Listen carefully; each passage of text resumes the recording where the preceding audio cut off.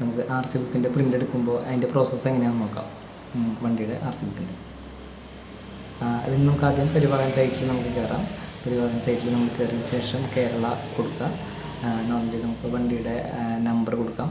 Number കൊടുത്തതിന് ശേഷം tick കൊടുത്തിട്ട് എഗ്രിമെൻറ്റ് ആക്സെപ്റ്റ് ചെയ്തതിന് ശേഷം പ്രൊസീഡ് കൊടുത്തു കഴിഞ്ഞാൽ നമുക്ക് അതിൻ്റെ പേജിനുള്ളിൽ കയറാൻ പറ്റും. അങ്ങനെ കയറിയതിന് ശേഷം നമ്മൾ എടുക്കേണ്ടത് ഡൗൺലോഡ് ഡോക്യുമെൻറ്റ് എന്ന് പറയുന്ന ഓപ്ഷനിൽ നമുക്ക് രജിസ്ട്രേഷൻ സർട്ടിഫിക്കറ്റ് പ്രിൻറ്റ് എന്നുള്ളൊരു ഓപ്ഷൻ കാണാം. അതിൽ നമ്മൾ വണ്ടിയുടെ രജിസ്റ്റർ നമ്പർ വന്നിട്ടില്ലെങ്കിൽ നമ്പർ കൊടുക്കുക. അതിനുശേഷം ചേസിസ് നമ്പറിൻ്റെ ഷാസി നമ്പർ അതിൻ്റെ ലാസ്റ്റത്തെ 5 അക്കം കൊടുക്കുക. ടിക്ക് ചെയ്യുക. ആ നമ്പറിലേക്ക് വണ്ടിയിലെ ആർ സി ബുക്ക് രജിസ്റ്റർ ചെയ്തിട്ടുള്ള നമ്പറിലേക്ക് ഒരു OTP പോകും. ആ OTP കൊടുക്കുക. ആ OTP കൊടുത്തു കഴിയുമ്പോൾ നമ്മുടെ പ്രിൻ്റ് വരും. PDF ആയിട്ട് നമുക്കത് കാണിച്ചു തരും. നമ്മൾ ശ്രദ്ധിക്കേണ്ട ഒരു പ്രധാനപ്പെട്ട കാര്യം, നമുക്കിത് ബ്ലാക്ക് ആൻഡ് വൈറ്റിലൊക്കെയാണ് കിട്ടുന്നതെന്നുണ്ടെങ്കിൽ നമ്മൾ ആ പ്രിൻ്റ് എന്നുള്ള ഓപ്ഷൻ എടുക്കുമല്ലോ.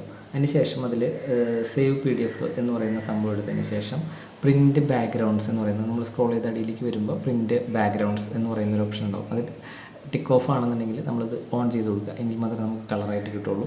നമ്മളങ്ങനെ അത് സേവ് ചെയ്യുക. സേവ് ചെയ്തതിന് ശേഷം അത് നമുക്ക് PVC കാർഡിൽ നമുക്ക് പ്രിൻ്റ് ചെയ്യാനോ അല്ലെങ്കിൽ ലാമിനേറ്റ് ചെയ്യാനോ ഒക്കെ സാധിക്കും. Thank you.